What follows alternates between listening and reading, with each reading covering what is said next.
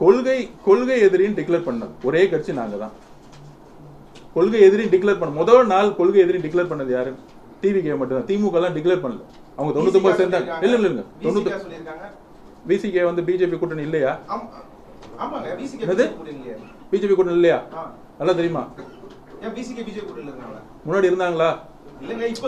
முன்னாடி இல்லங்க, எல்லா கட்சிகளும் பிஜேபி கூட்டணி முன்னாடி இருந்தாங்களா இல்லையா? இருந்தாங்களா இல்லையா சொல்லுங்க. நாங்க புது கட்சி. கால சூழ்நிலைக்கு ஏற்ற பிஜேபி கூட்டணி எல்லாம் இங்க இருக்க எல்லா கட்சியும் இருந்திருக்காங்க. கரெக்டா இல்லையா? நீங்க சொல்ற எல்லா கட்சியும் இருந்திருக்காங்க. கம்யூனிஸ்ட் தோழர்கள் தவிர, காங்கிரஸ் தவிர எல்லாரும் இருந்திருக்காங்க. அது அன்னைக்கு இருந்த அரசியல் நிலைப்பாடு. இதெல்லாம் தெரிஞ்சுதான் முதல் நாளே கொள்கை எதிரி டிக்ளேர் பண்ணிட்டாரு. அப்ப முதல் நாளே தெளிவு பண்ணிட்டார், எந்த காலத்திலயும் கூட்டணி இல்ல, பிரச்சனை அடிப்படையில எல்லாத்துக்கும் குரல் கொடுத்துட்டு இருக்கோம். அப்படி குரல் கொடுத்ததுனாலதான் உங்களுக்கே தெரியும். நீங்க சொல்றீங்களா திமுக பயங்கரமா எதுக்குதா? திமுக எதுக்குதா? நீங்க உங்ககிட்டயே நான் கேட்கிறேன், திமுக எதுக்குதா? ரெட் ஜெயின் யாருது சொல்லுங்க, வாயத்தன்னு சொல்லுங்க. ரெட் ஜெயின் யாரு? இன்பநிதி யாரு? இல்ல இல்ல சொல்லுங்க. நீங்க தானே கேள்வி கேட்டீங்க, பதில் சொல்லுறேன். கேள்வி கேள்வி நானும் எப்பயுமே பதில் சொல்றேன். அண்ணே உங்க கேள்விக்கு நான் பதில் சொல்லி தானே இருக்கிறேன். அதுதான் அதாவது அண்ணா நான் பேசுறேன். அண்ணா நான் பேசுறேன். உங்க கேள்விக்கு நானே பதில் சொல்றேன். எப்பயுமே பத்திரிகையாளர்னா கேள்விக்கு நான் பதில் சொல்லல, ஒரு இன்டராக்ஷன் வச்சுக்கலாமே.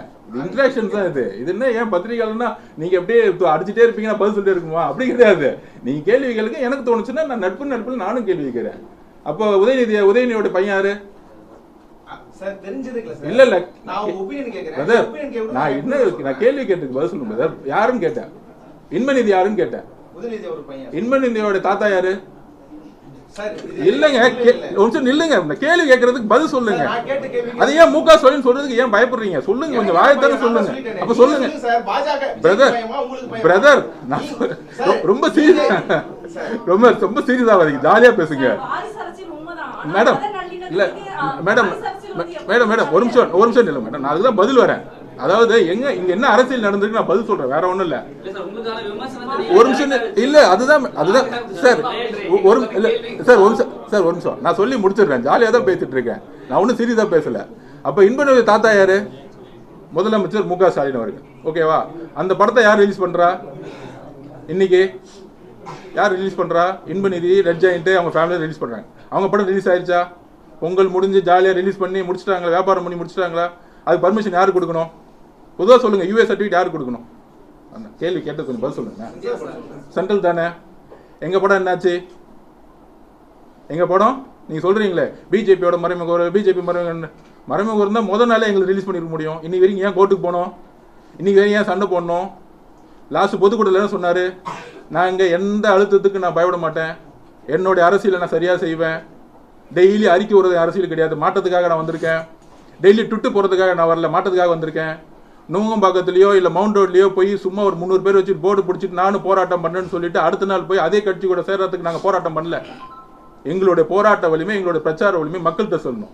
மக்கள்கிட்ட செல்லும் போது கரூருக்கு அப்புறம் பிரச்சனைகளை இந்த அரசு தான் உருவாக்குச்சு. எஸ்ஓபி போட்டது இந்த அரசு.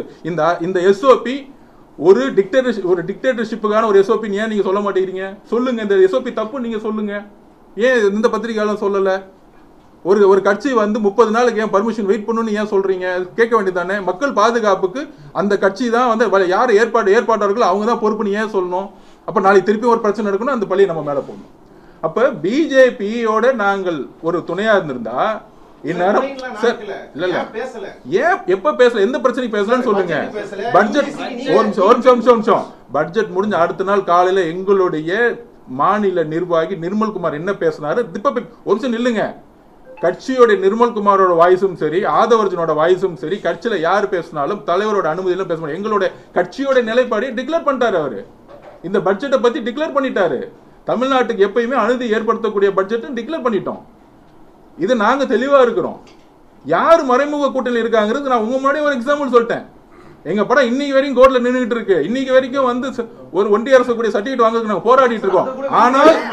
ஆனால் சார் அதுதான் நீங்க புரிஞ்சுக்கணும். ஒரு தலைவர் இது அரசியல் ஆக்காம இது சினிமா, இது தொழில் வேணாம், நான் இதை பத்தி நான் கொண்டு வரல, நான் மக்களுடைய பிரச்சனையை நான் மக்களோட அட்ரஸ் பண்ணணும், அன்னைக்கு அட்ரஸ் பண்ணிட்டாரு. நான் எந்த அழுத்தத்துக்கு வர மாட்டேன், மக்களுடைய பிரச்சனை பேசணும். லாஸ்ட் மீட்டிங்ல பேசிட்டாருல அவரு, 3ஆம் ஆண்டுல இருந்து ஓப்பனா பேசினார்ல. அப்ப என்ன சர்டிஃபிகேட் வாங்கிட்டு பேசினாரா? சர்டிஃபிகேட் வாங்காம தானே பேசினாரு. அவர் ரொம்ப தெளிவா இருக்கிறாரு. நீங்க குழப்பிக்காதீங்க அவரோட நிலைப்பாடை பத்தி. சரி, காலையில 12 மணில இருந்து போராட்டம். நீ தான் பிரச்சாரத்துக்கு வந்துட்டு இருக்க. அடுத்த இந்த பிரச்சனையை தாவேகா நடிகர் விஜய்க்கான பிரச்சனையா பாக்குதா அல்லது தாவேகா தலைவர் விஜய்க்கான பிரச்சனையா? ஒட்டுமொத்த சினிமா இண்டஸ்ட்ரிக்கான பிரச்சனையா பாக்குது. ஒரு தொழிலை ஒரு மூவியை ஒரு தொழிலை யாரு செய்தாலும், இப்போ கூட அதிமுக சொல்லுது போன தாட்டி நாங்க வந்து படத்தை ரிலீஸ் பண்ணோம், எங்களுக்கு அவர் வந்து நம்பிக்கை இல்லை. இதுவே ஒரு தப்பு. தமிழ்நாட்டில் எந்த தொழில் யார் வேணா செய்யட்டும், அவங்க தொழிலை எந்த விதமான அரசியல் அழுத்தங்கள் இல்லாமல் தொழிலை செய்யணும். அப்படி ஒரு முதலமைச்சர் எங்க தலைவர் வருவார். இப்படியே இந்த அழுத்தங்கள், இந்த அட்மினிஸ்ட்ரேஷன் ஃபெயிலியர்ஸ், என்ன வந்து ஒரு முதலமைச்சர் வந்து படத்தை ரிலீஸ் பண்ணி என்ன பார்க்கணும், இதை வந்து இவரை பார்க்கணும், இப்படி சொல்றதே ஒரு பயாஸான அட்மினிஸ்ட்ரேஷன். இது தப்புன்னு நாங்க சொல்றோம். இதை இல்லைங்க, இது ஒட்டுமொத்த தமிழ்நாட்டுடைய சினிமா துறைக்கான பிரச்சனையா பாருங்க. அதுதான் நாங்க பதிவு பண்றோம். 30 வருஷம் உச்சத்தில் இருந்தார் விஜய். தான் துறையை பத்தி பேசல, தான் நடிச்ச படம் நேரடியா ஒரு குற்றச்சாட்டை விஜய் முன்வைக்காம மௌனம் காத்துட்டு வராரு.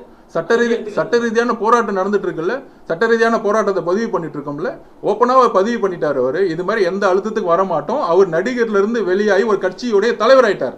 கட்சியுடைய தலைவராகி மக்களுடைய பிரச்சனைக்கு போயிட்டார்.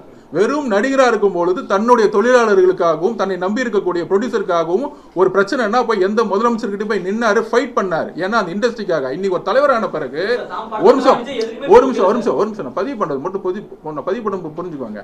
இன்னைக்கு ஒரு கட்சி தலைவரான பிறகு தொழிலை தனியாக பிரித்து மக்களுடைய பிரச்சனையை போக்கஸ் பண்ணணும்னு நினைக்கிறாரு. அதுதான் அந்த ஆண்டு பொதுக்குழுலயே அவர் பேசினார்.